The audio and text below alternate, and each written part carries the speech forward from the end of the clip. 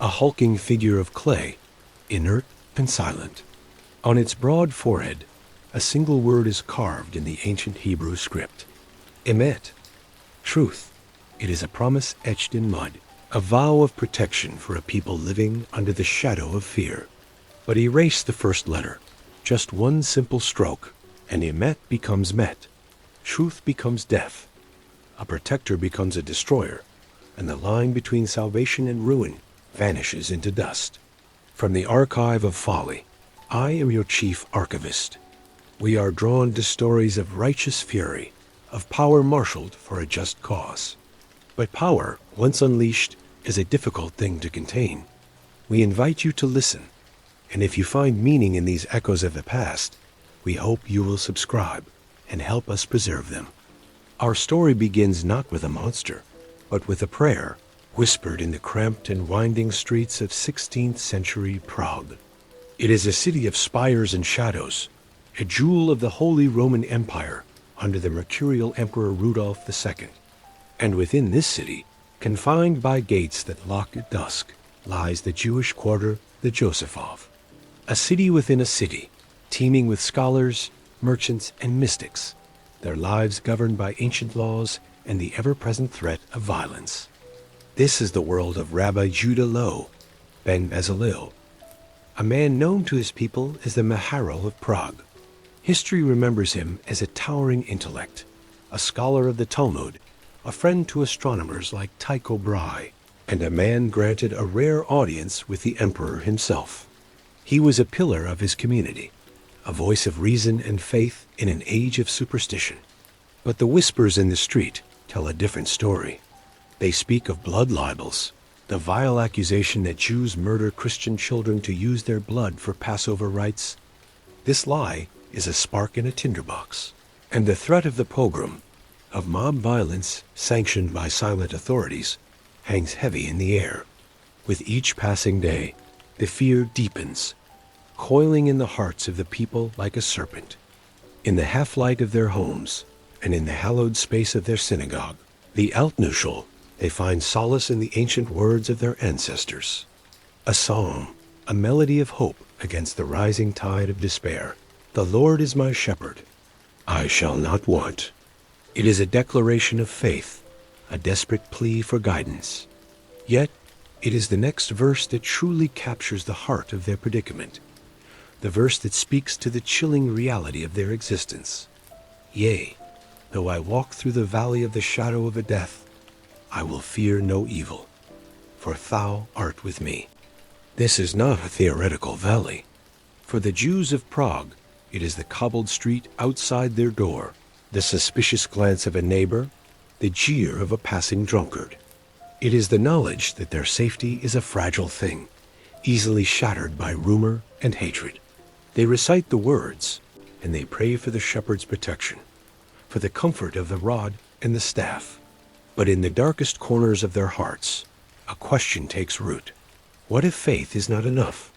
What if the shepherd's staff cannot hold back the tide of violence?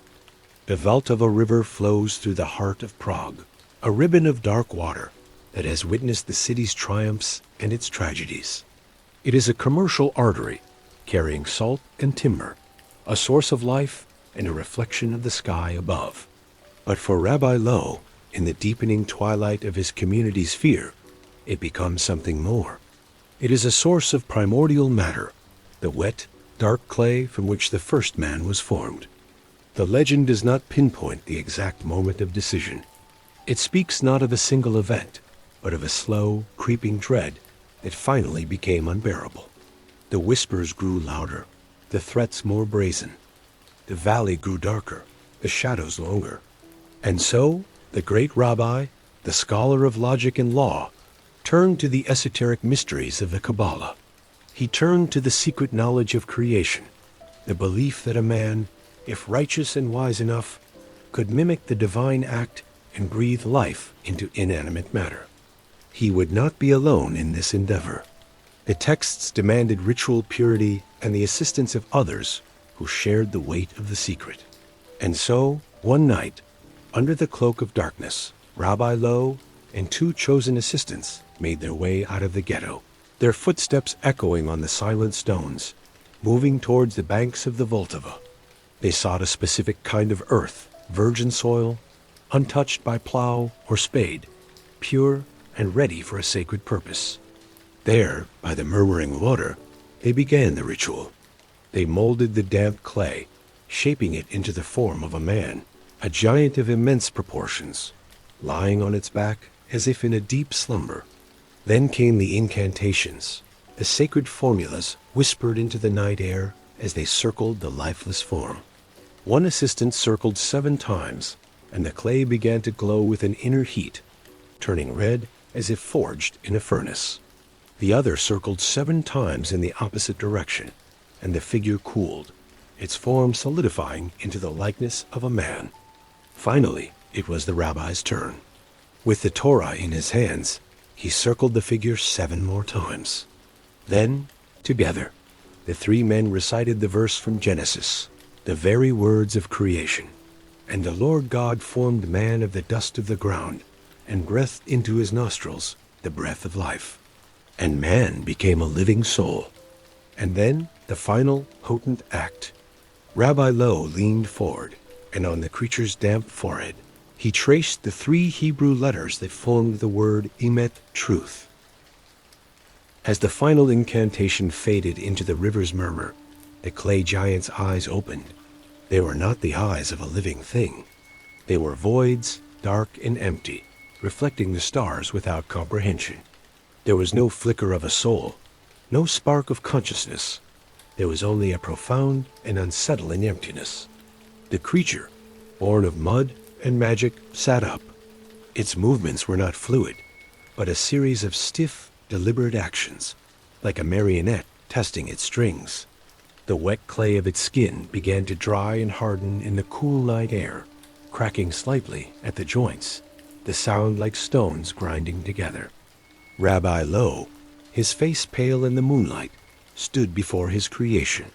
He gave it its first command, his voice steady despite the tremor in his soul. He named it Yossel, a simple, common name, a cloak of humanity for a thing that had none. He instructed it to follow, and the golem rose to its full, towering height, casting a long and fearsome shadow upon the ground. It was brought into the ghetto through the darkest streets, a secret walking in the night, and installed in a small, windowless room in the Altnishul, the great synagogue that stood as the heart of their community. To the people, Yossel was a strange but welcome presence. They were told he was a poor, mute man found wandering in the countryside, whom the benevolent rabbi had taken in as a shams, a synagogue servant. His strength was a marvel. He could haul water, chop wood, and lift heavy loads without a sign of fatigue. He moved with a silent, tireless efficiency, his eyes always downcast, his presence both unassuming and immense. He never spoke, never ate, never slept. He simply was. A quiet, powerful fixture in the daily life of the synagogue. The fragile peace of this new arrangement did not last long. A Christian boy, playing near the ghetto walls, vanished as evening fell. The old poisonous lie surfaced immediately, whispered in taverns and marketplaces. The Jews had taken him. The blood libel, the ancient slander, ignited the city's simmering hatred. A mob formed, their courage stoked by cheap wine and righteous fury, their torches casting a flickering, demonic light on their twisted faces. They marched towards the Josephov, their destination the ancient walls of the Altnishul itself. Inside the synagogue, the community gathered, their faces etched with a familiar terror. The doors were barred, but they knew such barriers were no match for a determined mob.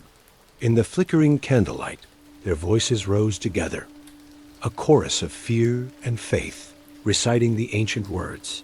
Yea, though I walk through the valley of the shadow of a death, I will fear no evil. The words were a shield, but their hearts hammered against their ribs. They were deep in that valley now, and the shadow was at their door. Rabbi Lowe, his expression grim, went to the small room where Yossel stood, still and silent. He placed a small parchment, inscribed with the sacred name into the golem's mouth. Then he gave his command. The golem was to protect the people. It was not to kill, but to defend. It was to be a barrier, a wall of living clay against the hatred that raged outside. The great doors of the synagogue swung open, and the golem emerged. It walked into the torch-lit square, its immense form silencing the angry shouts. The mob recoiled. Here was something their fury had not anticipated. The creature moved with an unearthly calm. It did not roar or threaten. It simply began to dismantle their rage. With effortless strength, it snapped their clubs and pitchforks like twigs. It lifted the ringleaders by their collars and set them down, unharmed but terrified, outside the circle of the mob. It stood before the synagogue gates, its massive arms crossed, an impassible, silent sentinel. The mob's drunken courage evaporated in the face of this incomprehensible power. They saw something that was not a man, a force they could not fight. They faltered, then broke, fleeing back into the darkness, their torches scattering like frightened fireflies. Inside the Altnischel, the fearful silence gave way to weeping, and to joyous, grateful prayer. The psalm was sung again, but this time it was not a plea, but a hymn of thanks. Their protector had come. The shepherd's staff had driven back the wolves. For the first time in a long time, the people of the Josefov felt a sense of security, a belief that they were no longer utterly defenseless. But with this new safety came a new ritual, a constant reminder of the awesome and dangerous power that now dwelt among them. For the golem, a creature outside of God's natural law, could not be active on the Sabbath, the holy day of rest. And so, every Friday evening, as the sun began to set, Rabbi Lowe would perform a solemn duty. He would summon Yossel and remove the sacred parchment from its mouth. He would reach up and with his thumb carefully erase the first letter from the creature's forehead. The aleph in emet would vanish, and truth would become death. The light in the golem's eyes would instantly extinguish. The immense body would slump, its limbs locking into place, becoming once more a lifeless, hardened statue of clay. The rabbi and his assistants would then labor to carry the inert form up a winding, narrow staircase to the synagogue's attic, the geniza, where old and sacred texts were stored.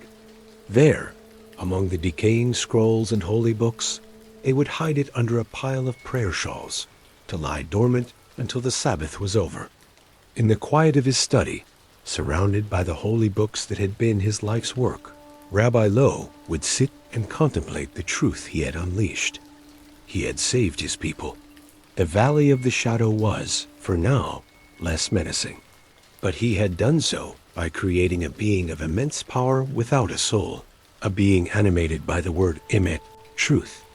He had brought a truth into the world, but it was a truth of force, not of spirit. He looked at the sealed attic of his beloved Altnischel and felt a chill. The synagogue was no longer just a house of worship. It was a cage. And he, the shepherd of his flock, was now also the keeper of a monster. He feared that in his desperate attempt to protect his people from the shadow of death, he had only created a new and more terrible shadow, one that emanated from the very heart of their sanctuary. The days that followed were unlike any that Josefov had known. A strange, guarded peace settled over the ghetto. The threats and casual cruelties that had been a part of the daily fabric of life seemed to recede. The people walked with their heads held a little higher, their shoulders a little less hunched. Their protector was silent, tireless, and ever-present. Yossel, the mute servant, became a fixture of their landscape, a walking symbol of their newfound security.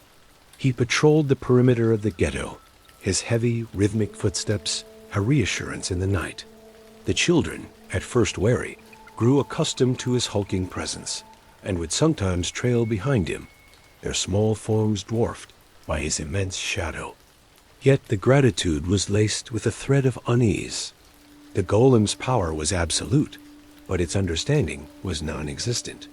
It was a shield, but a shield that could not distinguish between a shove and a killing blow. One afternoon, a dispute broke out at the ghetto gate.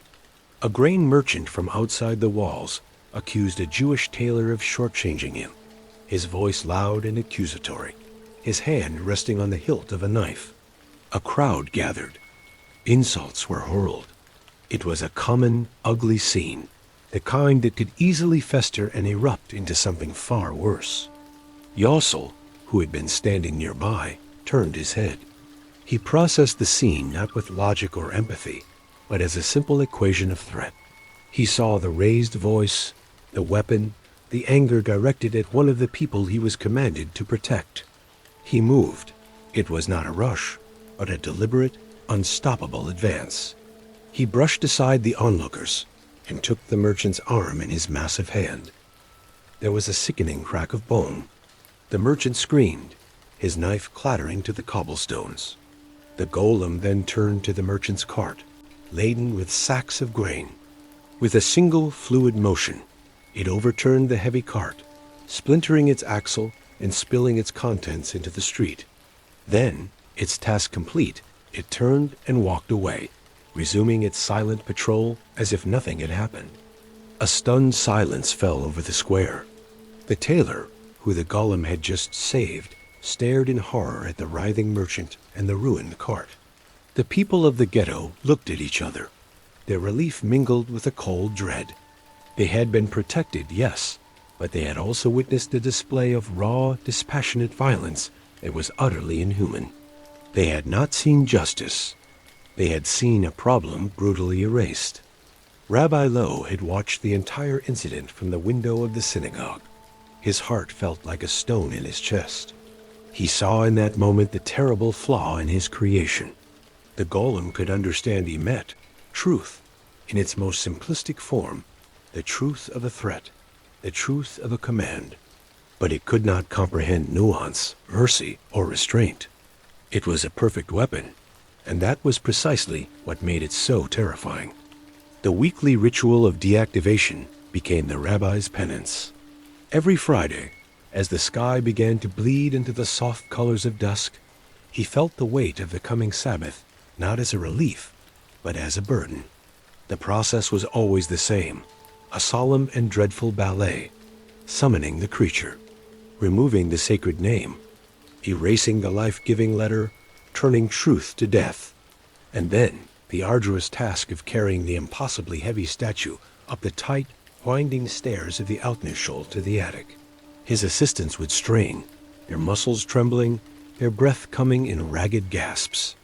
The inert clay was a dead weight, a physical manifestation of the spiritual burden they all carried.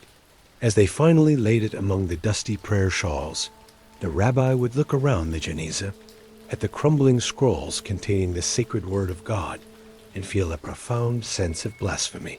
He was hiding his monstrous creation, his secret sin, in the very bosom of his faith. The psalm, once a comfort, now felt like an accusation. "The Lord is my shepherd," they would sing on the Sabbath, their voices filling the synagogue. But Rabbi Lowe would hear the words, and his gaze would drift upwards towards the sealed attic door. He knew their true shepherd was not the Lord, not anymore. It was a creature of mud, lying dormant and hidden just a few feet above their heads. They sang, "I will fear no evil." But the rabbi felt a fear greater than any he had known before, for the evil was no longer just outside the gates. He had invited it in. This fear began to haunt his days and nights. He started to see the golem not just as a protector, but as a latent catastrophe. He would watch it in the synagogue courtyard, standing motionless for hours, and he would imagine its immense strength turning on the very people it was meant to defend. He noticed how the children, in their innocence, would play near its feet, and his blood would run cold.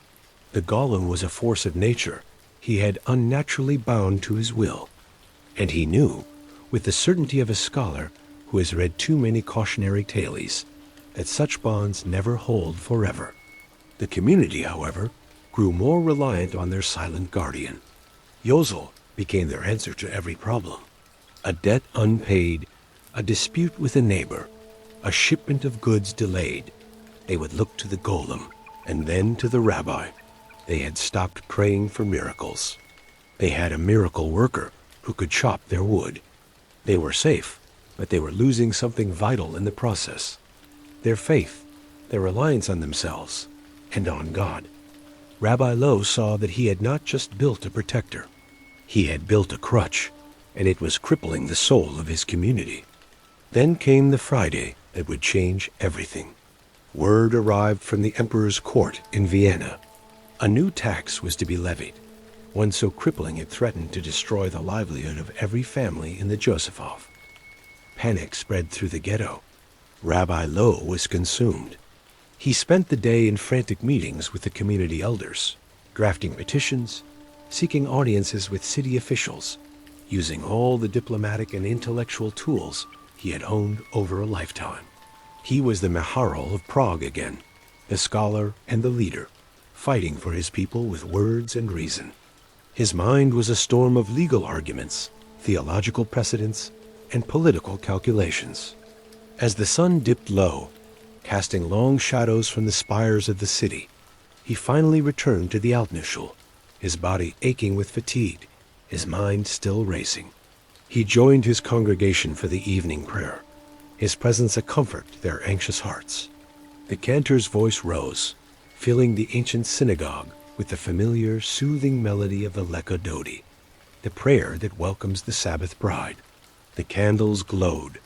A sense of sacred peace began to settle over the room, and as he stood, swaying gently with the rhythm of the prayer, a sudden, cold silence fell over the rabbi's heart.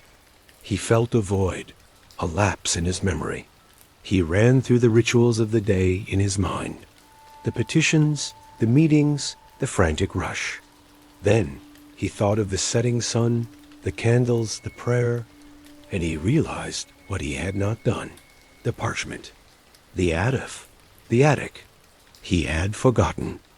In the midst of the crisis, he had forgotten the most critical duty of all. He looked around the synagogue, at the faces of his people lost in prayer, and a wave of pure terror washed over him. The Sabbath was here, and upstairs, in its small room, the Golem was still alive. Its forehead still bore the word emet, truth, and its truth was to protect, without rest, without question, and without mercy. The cantor's voice, a moment ago a vessel of divine peace, seemed to mock him. The Hebrew words, so familiar, became alien characters on a page he could no longer read. He was frozen in place, a statue of flesh and blood, while his statue of clay and magic was stirring to life.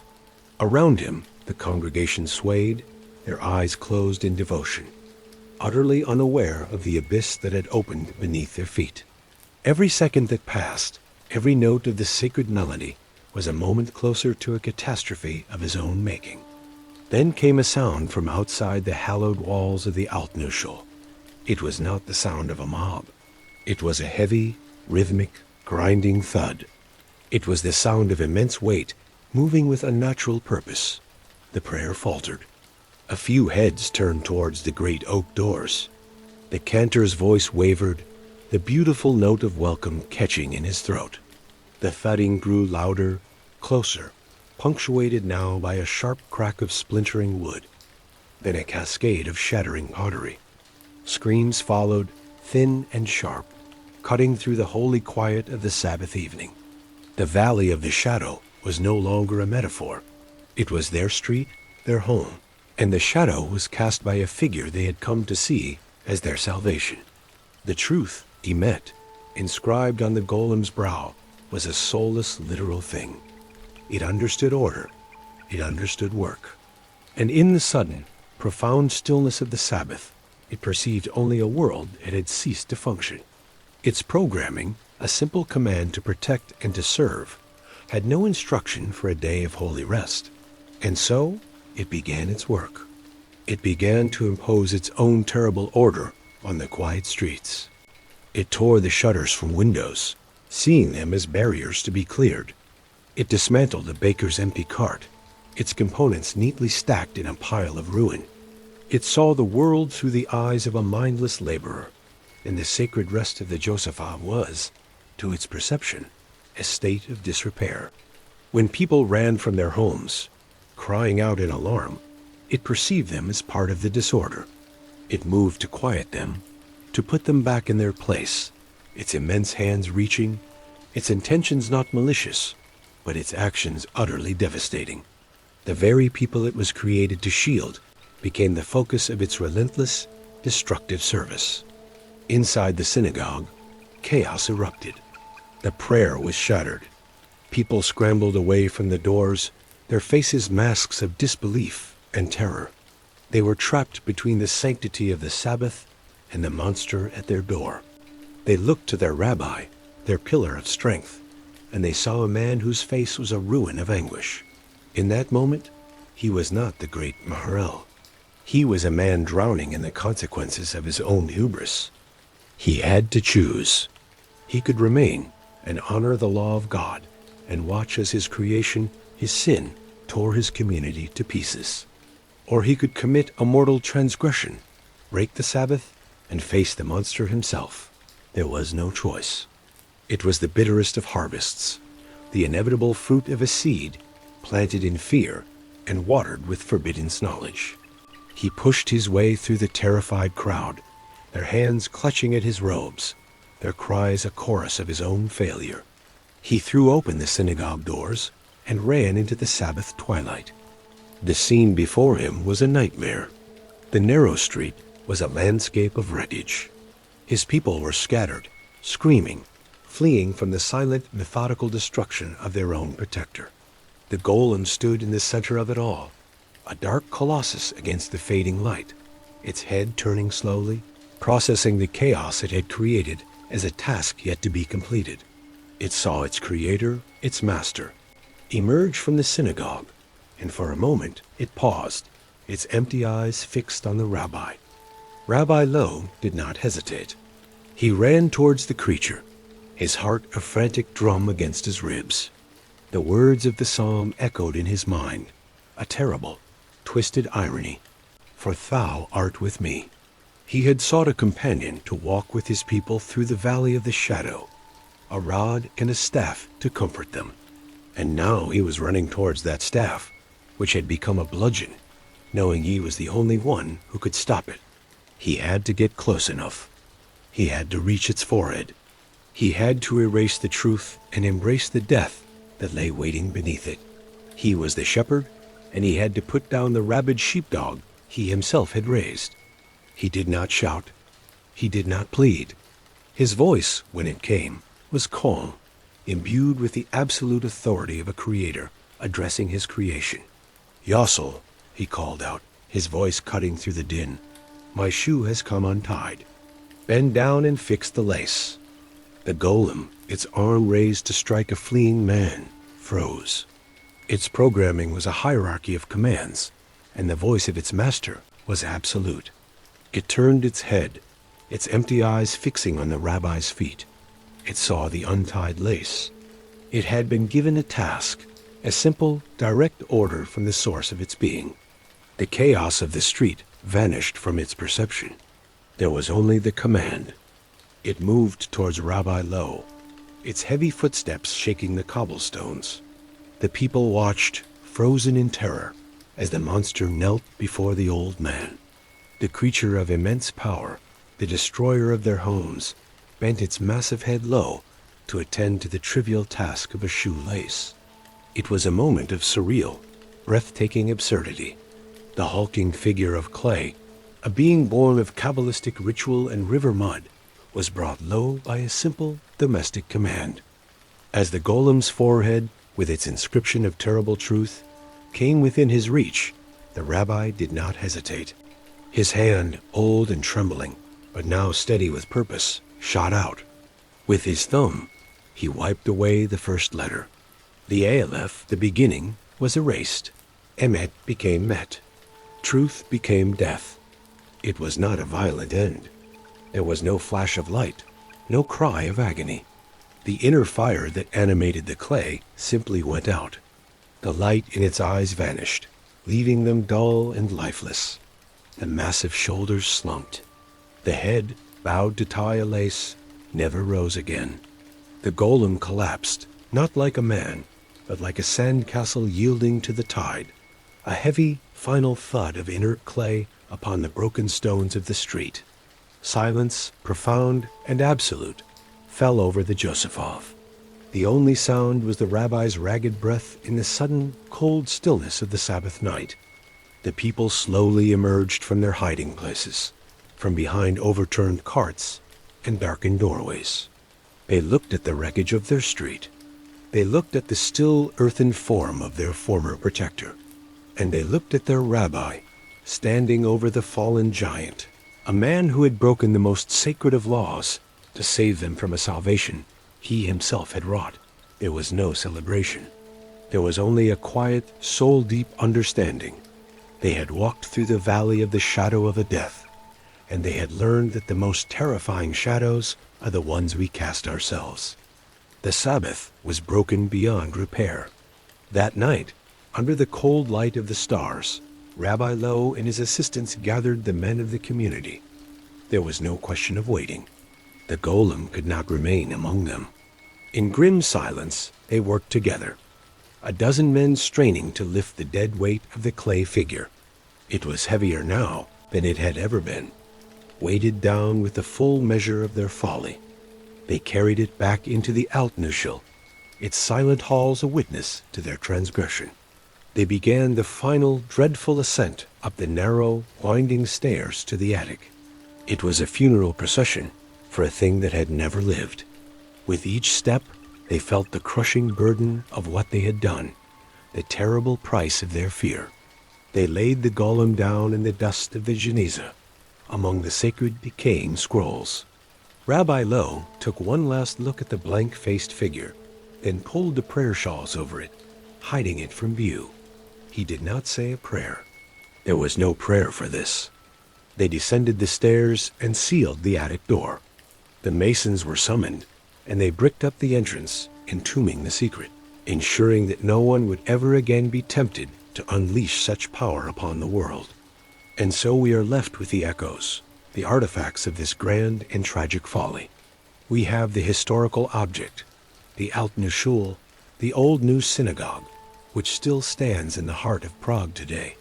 Its walls have absorbed the prayers and the fears of generations. And if you look closely, you can still see the sealed doorway to the attic, a scar of brick and mortar, a permanent physical reminder that a community once housed its greatest protector and its most terrible secret, in the heart of its most sacred space. It lies there still, the legend says, a dormant power waiting for a time of need so great that the lessons of the past are forgotten. We have the human testimony, the ancient words of Psalm 23. Yea, though I walk through the valley of the shadow of a death, I will fear no evil, for thou art with me. The story of the golem forever changes the meaning of that verse. It becomes a cautionary tale, a reminder that in our desperation to find a staff to comfort us, we can so easily fashion a weapon that will destroy us. It is the eternal prayer of a people caught between faith in the unseen and the terrible, tempting promise of a power they can see and touch.